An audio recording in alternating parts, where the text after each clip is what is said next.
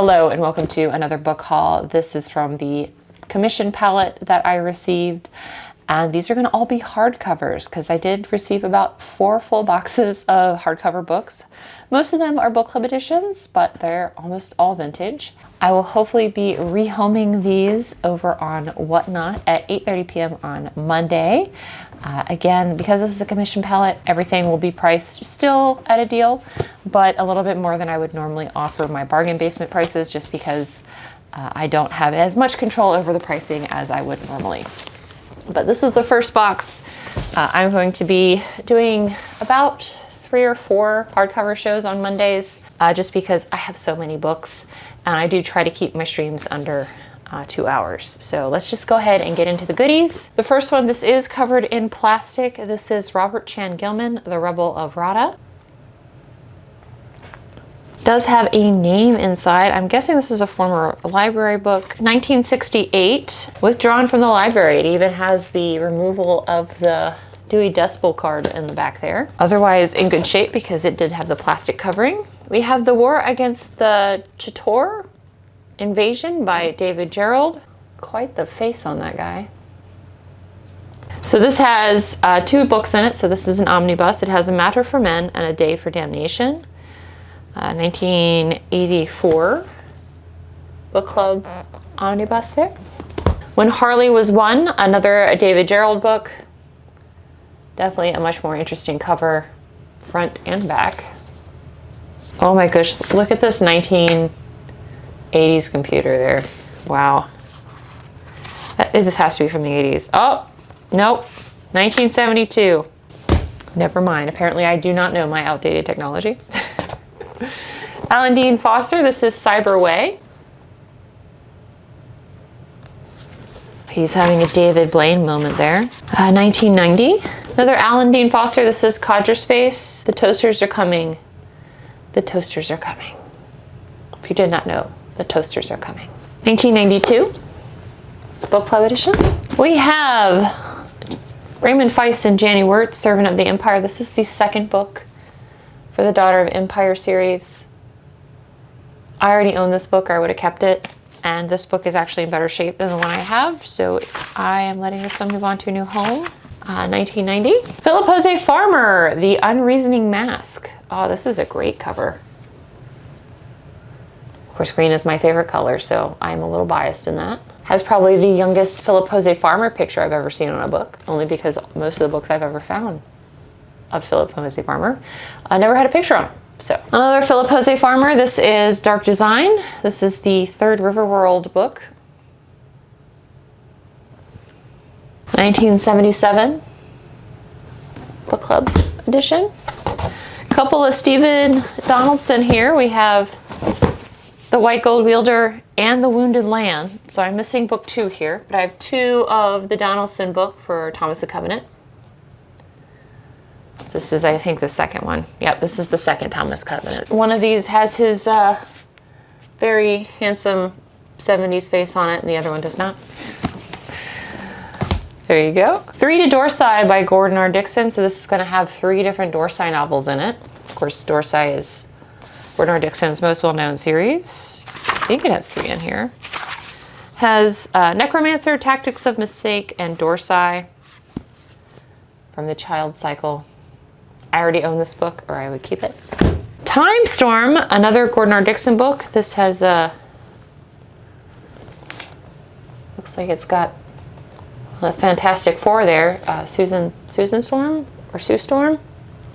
Speaking of storms, I'm sure this is not affiliated at all. 1977. Does have, of course, some dust jacket conditions, but still there. Paul Anderson, The Earth Book of Stormgate. Also has Mr. Anderson there, looking also very dapper. I don't think I've ever seen a young picture of Paul Anderson, so that's pretty cool. 1978 book. We have Firebird by Charles Harness. I guess we're doing some furry fan service here. Very cool, like Liechtenstein style cover. Very cool cover. 1981. We have a David Eddings book. Again, this is another author where I recommend only buying secondhand because they are beyond problematic. This is the second book in the Elenium series, The Ruby Knight. 1991. Gods of Our World by Philip Jose Farmer. I think I have this in paperback actually. 1983. And then we have our next box, which is Coma by Robin Cook. Of course, a more well-known horror suspense author. We have a Glenn Cook book. We have a book by Glenn Cook. There we go. That's a better way to say that. This is the Garrett Files, so this is an omnibus hardcover. Glenn Cook is most well known for his Black Company series. This has Sweet Silver Blues, Bitter Gold Hearts, and Cold Copper Tears. So it has the full trilogy here. Lucius, The Celestial Steam Locomotive by Michael Coney. I wonder if it has anything to do with the Polar Express at all. That remark was a little flippant. We have The Lion of Khmer and Against the Fall of Night. So this is an Arthur C. Clarke duology. So it's got 2 books for the price of 1. Nice book club edition there. Another Arthur C. Clarke. This is 3001, The Final Odyssey. Hardcover 2061. This is the full-size first edition, I think. I think this is a first edition. Yep, 1988 first edition copy of this book.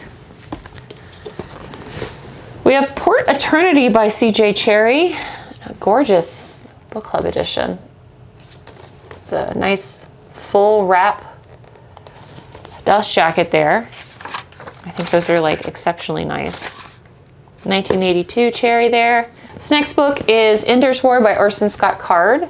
This is actually got both Ender's Game and Speaker for the Dead in 1 volume.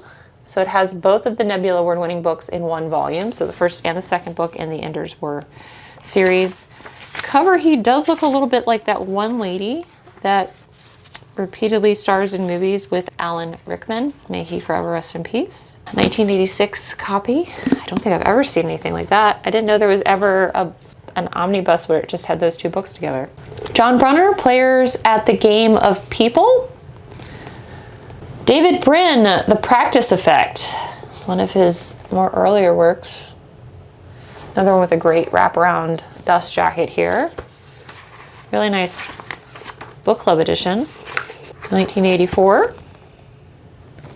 Marion Zimmer Bradley, just like David Eddings. One that I only recommend buying secondhand. This is The Children of Hastur. So this is another omnibus edition. So this has The Heritage of Hastur and Char's Exile. Another omnibus edition. This is The Book of Scathe, The Adventures of Eric John Stark by Leah Brackett. Again, I've talked about her. I've reviewed one of her books on my channel, but I've talked about her multiple times. She is most well known as a scriptwriter. So all of her writing is very tight, very fast-paced. Not just fast-paced, but well-paced. Like it's all action, no filler. This has the first 3 books in the Scathe series. So The Ginger Star, The Hounds of Scathe, and The Reavers of Scathe. I already own this, which is why I'm not keeping it, because I do end up keeping all the bracket that I come across that I don't already have. The Last Starship from Earth, a novel by John Boyd. I thought about keeping it just because I think it's pretty. Again, green is my favorite color. And it's just like a very haunting, desolate landscape there. Very pretty.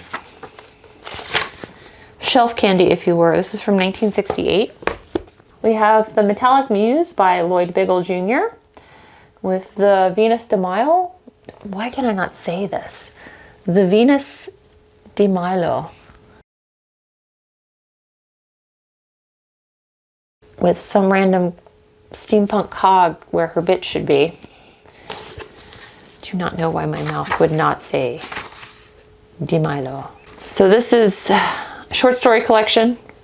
Has the Toonsmith, Leading Man, Spare the Rod, Orphan of the Void, Well of the Deep Wish, In His Own Image, and The Botticelli Horror. I can say Botticelli fine, but I can't say Di Milo. All right, we have Blood Music by Greg Bear, a book I also read and reviewed on this channel. I had high expectations going into reading this book, and I think that infected my enjoyment of the book because like I was expecting here and I ended up with like here as far as the book goes. But this is a nice book club edition. I had originally, because I thought I was going to love it, bought an Easton Press copy. I've since sold it. I thought about keeping this one. It's a really nice 1985 book club edition copy. Again, it's in great shape. But because this is the second copy that has come into my possession, I feel like I will get another copy. So I don't feel the necessity to keep it just because I don't think I'm ever going to get it again, if that makes sense. Next one we have Myth Adventures by Robert Lynn Asprin.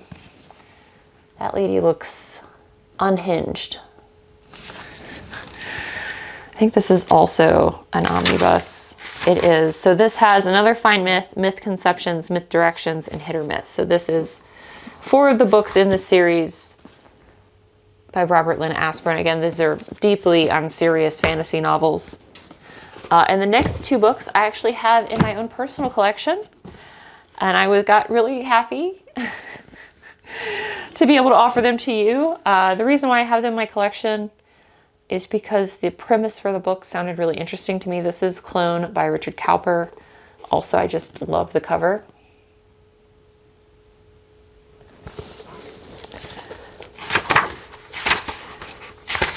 This one is from 1972, giving very much hippie psychedelic vibes with the cover. And the next one actually was in a recent haul I did of books that I kept. I actually bought myself this book for my birthday because I'd never seen it before. And I was very excited to eventually read it, just because the original title for this book, The Ice People by Renee Barjavel, or I'm sure Jennifer will correct me at some point. The translation for the title of this book is not the same as The Ice People. They're not equivalent translations. And this translation is from 1970. La Nuit des Temps is the original title for this book. So definitely not The Ice People. And I just wanted to see, it just piqued my curiosity, mostly because I've never heard of this book before. It was one of the best-selling novels in France. So much so that they actually decided to translate it into English, hoping it would also be a bestseller here in America. So if you are also interested to read La Nuit des Temps, you can get your own copy on Monday at 8:30 p.m. over on Whatnot. If you are new to Whatnot, the description link down below. That'll give you $15 to spend on the books. If you are not new to Whatnot, there'll be a direct link and a pinned comment to the show. But again, thank you guys so much for being down with all these hauls. Trust me, it's all I can do right now to keep up filming the hauls so you guys can see what's coming, in addition to listing all these books. I do have several books I have completed that I need to sit down and do reviews for. Don't worry, I'm one of those people that have like 50 tabs open in my brain at all times, so all of those books are still very fresh in my head. In fact, one book, I'm just now getting to the point where I feel like I have enough of my thoughts together for it 2 years later that I could finally do the book justice in a review. Like, I've noticed books that I really like really love, I have a lot harder time reviewing than the ones that are just kind of or like I don't like, just because like I really want to convince you guys to read them because I enjoyed them so much. But hopefully you guys will add some more books to your collection. If not, I just appreciate you guys being here and watching, and I will hopefully see you again soon. Bye. Bye.